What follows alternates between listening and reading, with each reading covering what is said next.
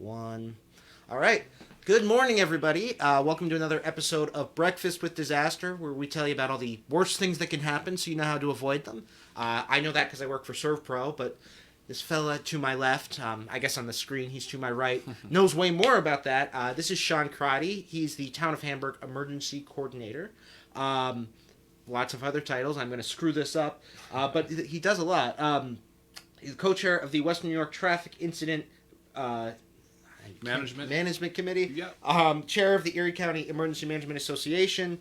Member of the Western New York Incident Management Team. He's a certified fire instructor. He's a past chief of North Boston Fire Company. Anything else? A few, but we don't have to go. And it's not about me. It's about what we do, with everybody and for you. So. Yeah, and I want to talk about that. And thanks everybody for joining us.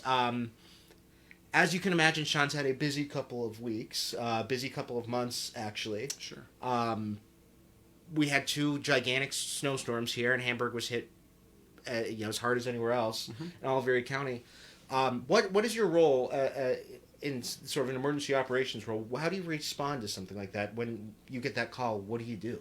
So we plan and we prepare ahead of time for months. I mean, come once the snow is gone in March, we're already meeting and talking about plans for the next year. We're talking about closure plans, opening plans. So we talk about traffic, because traffic is typically one of our number one hindrances when it comes to our response, especially with snow. We have snow plows that can't get through because cars are stranded or disabled, and that pretty much is is just grinds us to a halt. So we plan and we plan and we plan. We also work on after actions, when we have incidents, and we work and look and see what we did good, what we could do better, and kind of learn from those principles of our existence, which is the cooperation, collaboration, and communication. So that's really, really what's important to us, is getting those three benchmark principles out. Sure. And I want people to realize and kind of wrap their heads around the reality of just everything you have to coordinate. Because people might recognize Sean's voice from the phone calls that we all got during the storm, but there's so much more to this. Can you walk me through kind of the response plan for both of these storms? What was your day-to-day like? I imagine, I know you were sleeping here to the extent that you could. You were pretty busy. Sure. So I always affectionately refer to myself as a tool, because I'm not, I am a tool for everybody to use, like I'm the one that connects dots. So if you need something, I'm that guy to call. So nobody wants to be that guy, but often I'm that guy, which, that's my role. So the daily process, we meet often and with a bunch of different stakeholders. So we meet internally with our town supervisor, finance director, police chief, highway superintendent, and our emergency management staff. We meet, and then the supervisor might go on a county level meeting with the county executive and the governor, and then we have a meeting with the county emergency managers once a day. And we have a lot of meetings with our stakeholders, like the power companies, because that is a huge component to, what we do, what service we provide. If we have most of our community out of power, the power and heat is a big thing, especially with the temperatures like we had. So that's really, really important. And then we meet with our fire department, the fire chiefs, and our medical director for the town, our commercial ambulance provider, our police chief, our road police captain. We bring, we have two villages in the town as well, so we include them in our meetings, and we meet with those representatives twice a day at 8 a.m. and 8 p.m. to kind of summarize what happened on the overnight, and then to kind of plan for the next 12-hour operational period. And then from that point, we do the communication, the call that you mentioned. So we really, we'd rather be proactive than reactive. Sometimes it's unavoidable to be reactive, but we'd rather, tell you what we're doing, what's going on, because you might look out your window in Lakeview and see sunshine, and in Blaisdell it's a blizzard and you can't see in front of your face. So the town is very, very the demographics are very different with the weather, so that's why we find it really, really important to communicate with people, to let them know what's happening, what we're doing, and what you can do to help us help you. Right. I'm curious about that communication component, because obviously that's key to everything. It lets people know how to react, what you need from them, which I know is important to you. And also, I think it's interesting. People might not have known it was you exactly making those phone calls, but everybody was getting those phone calls. Kind of makes you into a bit of a public figure. What was the feedback like? Were people, excited to hear from you? What did they say? They were. There was a lot of positive feedback. They appreciate it. Yeah. I may have given a little Go Bills and Steelers at the end of one of my messages that shows me that people are paying attention right down to the very last word.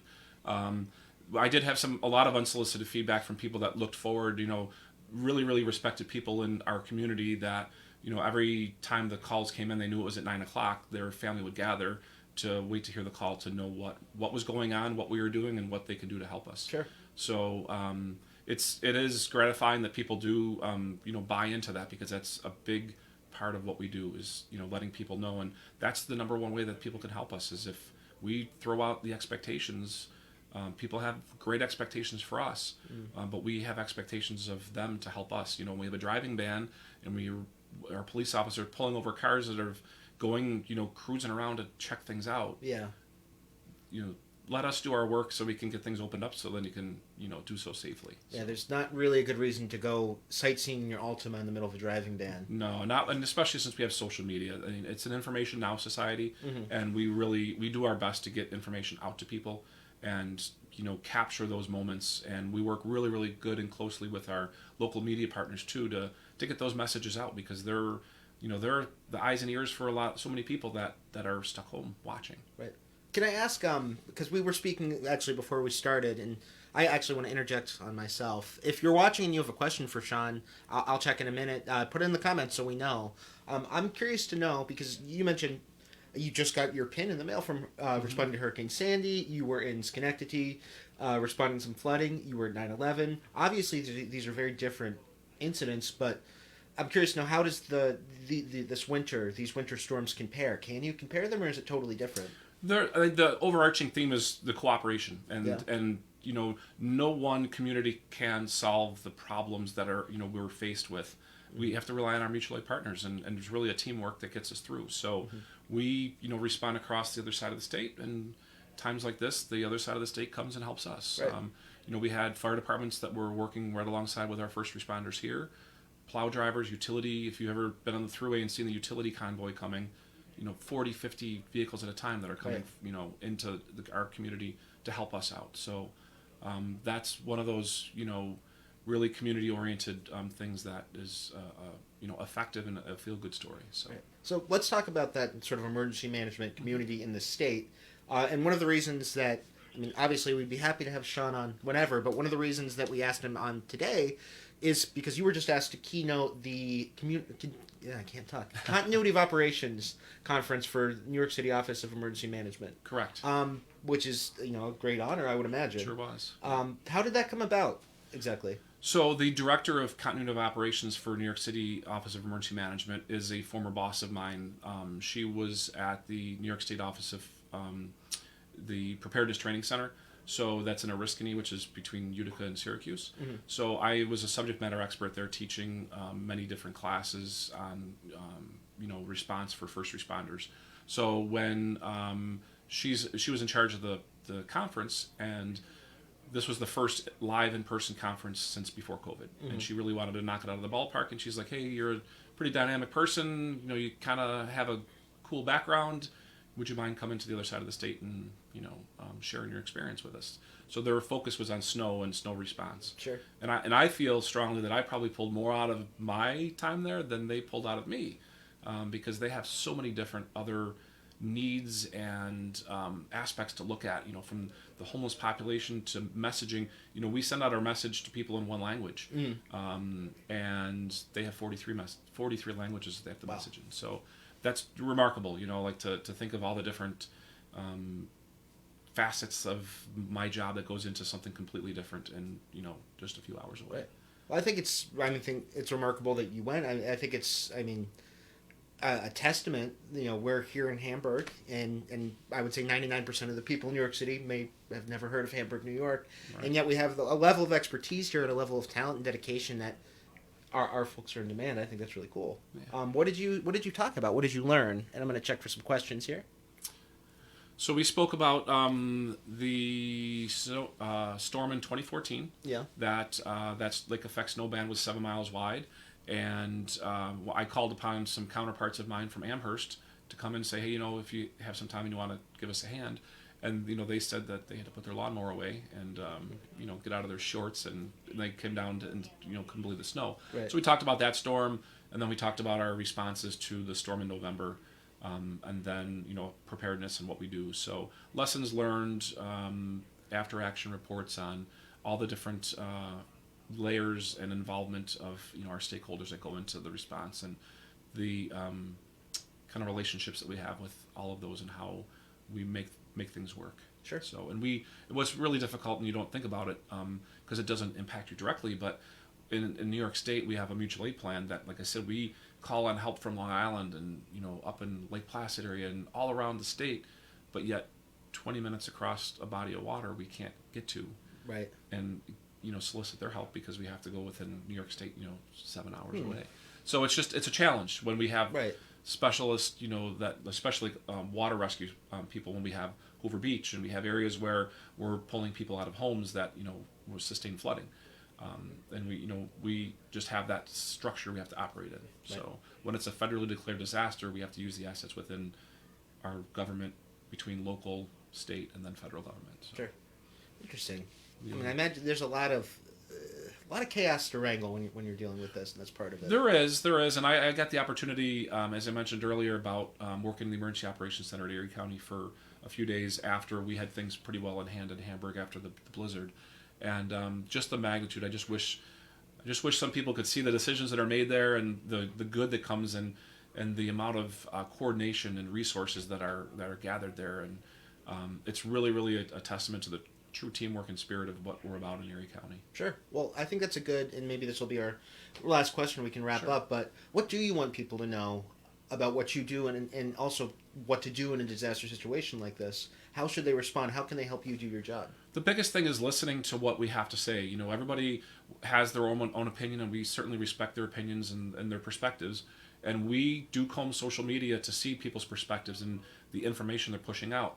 But we have decisions to make that impact people's lives. And when we, institute a driving ban, it's not to, there's so much that rolls out of that, between closing people's businesses, and that's their livelihood, and supply chain, and getting food to supermarkets, and the decisions that are not made lightly. We know there's great consequence to them. So when we make a decision, it's of the utmost importance to follow and listen to what we have to say. And the sooner that compliance is, kind of adhered to, the sooner we all get through the situation. And I've gotten so many calls of people saying, you don't know what it's like being trapped in my house with my family for 4 days. And I'm like, no, you're right, I can't, because I haven't been to my home in 5 days to see my family. So, it's all about perspectives, and we're trying to understand other people's perspectives and respect that, at the same time. Right. So. Well, I think, obviously, thank you for your service, and you did an excellent job, and obviously the entire state agrees. They're asking you to talk about it. I appreciate that. Anything else you want to leave anybody with? No, just thanks for the opportunity, and if anybody has any questions, or by all means, I'm a tool for you as well. Yeah. So. He said it, not me. I'm going to end this with our prize drawing. So if you guys have watched the show before, this is for people in the Serve Pro Mug Club. If you're not in the Mug Club, let me know. I'll get you one. You get a cool little coffee mug with a number on the bottom, and that number ends up here on this prize wheel in front of my face. So only way I know if you're watching to get you your double prize is to leave a comment. So comment, say good morning, and happy Tuesday to Haley, Kathy, Lisa, Jackie, anyone else. Let me know you're here. Let's spin this wheel. All right.